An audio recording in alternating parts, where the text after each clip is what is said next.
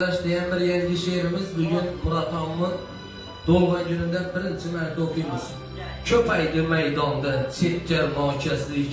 g'irromdan zot talash naqadar pastlik, ko'zini ko'r qilgan shuhrat palastlik, or uchun it qo'chqor urushtirmay qo'ydi polvonlar, mardlik jasoratin qonunin buzib, olqish ummonida yurib suzib, puldor boylar bilan shartnoma tuzib,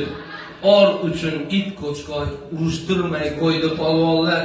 yaxshi nom qoldirish ma'ni yashashdan, yigit qalbi asli yongan otashdan, it qo'chqor o'yin jumayli, hatto kurashda or uchun kurashmay qo'ydi polvonlar, nomiga bir-birin hurmat qilishib,